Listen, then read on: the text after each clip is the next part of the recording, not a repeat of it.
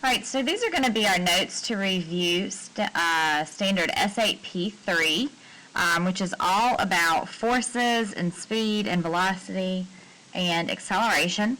So our first term is going to be force, and that is strength or energy that can change the motion of an object. We also learned that it is a push or pull, and remember that the units are measured in newtons after Sir Isaac Newton. Then we have mass, and this comes back from Unit 1, and mass is the amount of matter in an object, and typically mass is going to be measured in kilograms or grams, and we're going to use the triple beam balance, and at the high school you will use a digital scale for that. Motion is the change in position of an object with respect to time. Speed is how fast an object moves, and it is distance divided by time. So we're going to get units like meters per second. We could get miles per hour. We could get kilometers per hour. All of those would be units that we might get for speed.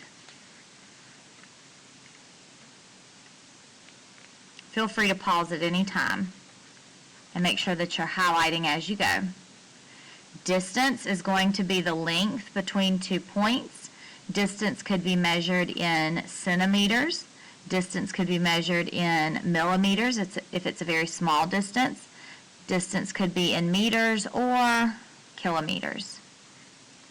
Velocity is going to be speed with a direction, so it could be any of these units, and then we just add a direction to it. So let's just say kilometers per hour north is our example unit for velocity. Acceleration is going to be a change in velocity. Remember, that is speed with a direction. Our formula for acceleration is VF minus VI divided by T, and our units were meters per second squared.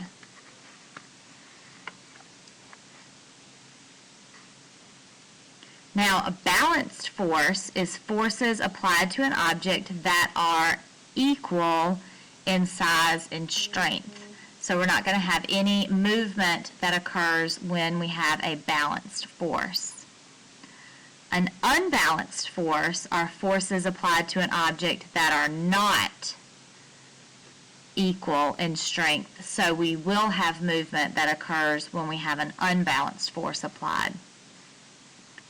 Friction is the force between two objects when they are rubbed together or they're opposing forces.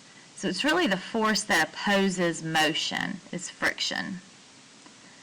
Now, Isaac Newton played a huge role in all of this when it comes to this standard.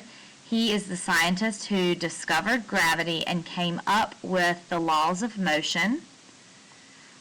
And so we have these 3 laws of motion that we credit to him.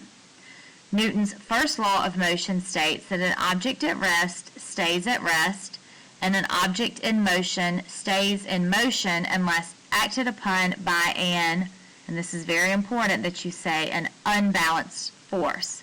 This is also known as the law of, do you remember? The law of inertia. It's also known as that. Because remember, inertia is the tendency of an object to resist a change in motion. Newton's second law of motion is summed up with a mathematical equation. The force of an object is equal to the mass of that object times its acceleration. Remember, we could put that in a triangle with F at the top, mass and acceleration at the bottom. Force in newtons, mass in kilograms, acceleration in meters per second squared. And this will finish us off. Newton's third law says for every action there is an equal and opposite reaction. And we did a lot of examples with that, with rockets taking off and air shooting out of balloons, jumping on a trampoline. So for every action there is an equal and opposite reaction. So turn the page when you're ready. Now, on this next page, we have some graphs to discuss. So the two factors that are involved in speed are distance and time. We just did that on the previous page because speed equals distance divided by time. If we draw that triangle, speed goes down here, distance and time goes there. And when we are looking at this graph right here, this is a distance versus time graph. Distance is on the y-axis, time is on the x-axis. And I know that you did some of this already in math this year, which is awesome. So our first question, what does the slope of this graph represent? So we have a positive slope, we have a negative slope, we have horizontal right here. So the slope is distance divided by time, y over x, and that gives us speed. What is happening from 0 to 5 seconds? So right here we have a positive slope, and that means that we are moving away from the starting point, and because this is a perfectly straight line, I want us to add that it is at a constant speed. We're moving away from the starting point at a constant speed. What is happening from 5 to 15 seconds? Time is passing, but our distance is not changing. Therefore, we're not moving. We have stopped. And then number 4, what is happening from 15 to 30? I got cut off. So we could say 15 to 25 seconds. We're moving back towards the starting point, and that is also going to be at a constant speed because it's a perfectly straight line. The slope is straight. Oh, I already had it there. I just had it covered up. My bad. Okay. Now in this next graph, we have a velocity versus time graph.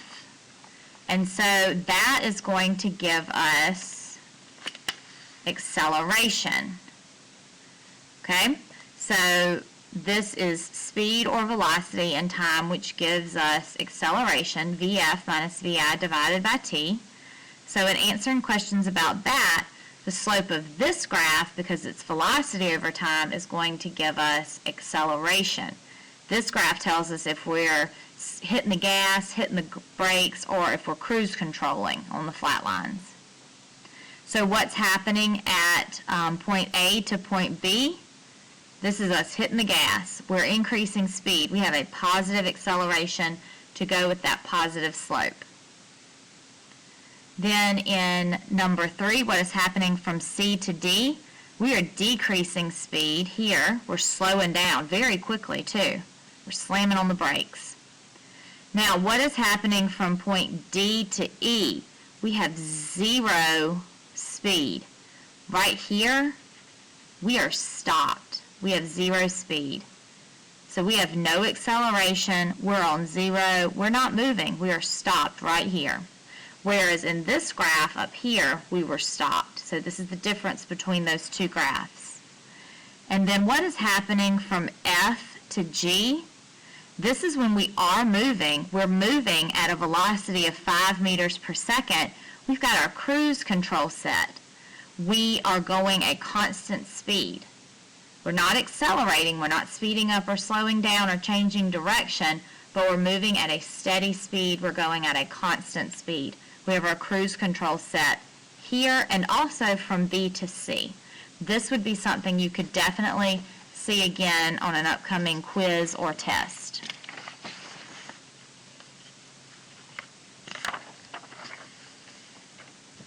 Okay?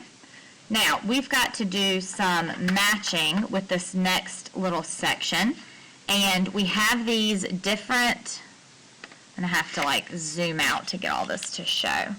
We have all these different scenarios that we have to match up, okay? So we have to match these graphs with the different scenarios. I'd love for you to pause the video and then check your work, or you can work along with me, but this is something that you really want to practice and get good at on your own. So for part A, a car is going down the highway with their cruise control on 60 miles an hour. So which of these would show a speed of 60 miles an hour with the cruise control set? Okay, that is going to be right here. All right, so this is going to match up with A. A car remains parked. Time is passing, but the car does not change its distance.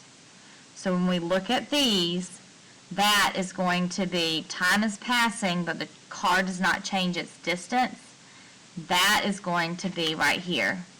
Graph number 1 is going to be B.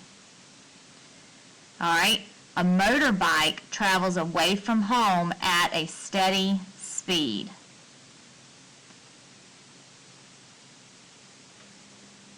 Okay, that is going to be, that could be possibly this one or this one. So I'm going to pause on that. Let's go right here to D. A race car is taking off from the start line. So when I look at that, I think that is going to be, if we're having to go from the start line, that's going to be right here. So I'm going to make this one D, and then I'm going to make this one C. And then E, an airplane is slowing down on a runway. So I need to find a slope that shows a decreasing speed. We're slowing down on a runway. So that's going to be all the way down here at that one. And then last, a runner runs a steady speed and then turns around and runs at a steady speed back. So that's going to be runs this way and then turns around and runs at a steady speed back. That's going to be this one. So B, D, A, F, C, and E. Be ready to do this kind of thing on a quiz or a test coming up, matching the graphs with different scenarios. All right, next we have some true-false statements. I want you to try these on your own and then check them with me. So, gravity is a force. Is that true or false? And let me zoom back in. So, gravity is a force. That is going to be, for sure, a true statement. Acceleration due to gravity is 8.2. That's false. It is 9.8. So, you need to write this, that it's 9.8. The less mass an object has, the greater gravitational attraction. That is false. We need to write more. It's more mass an object has. The greater the distance between two objects, the greater the gravitational attraction. That is false. It should be smaller. The closer they are together, the more gravitational attraction you're going to have. Inertia and gravity are two unbalanced forces that keep the Earth orbiting the sun. They're not unbalanced, they are balanced. So that is false. Friction is the force that can be classified as rolling, sliding, or static. That is true. All right, using the formula for Newton's second law, force equals mass times acceleration, answer the following questions. If the mass of an object increases, the force of the object must also increase.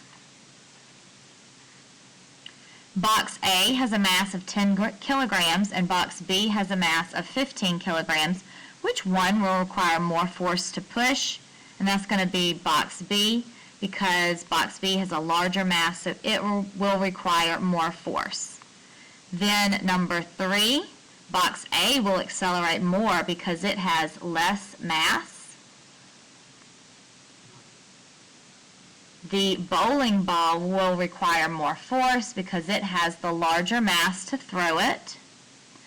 And then the 80 kilograms will require more force because the sled with the larger mass will take more force to push. Okay, go ahead and check your answers on this and here.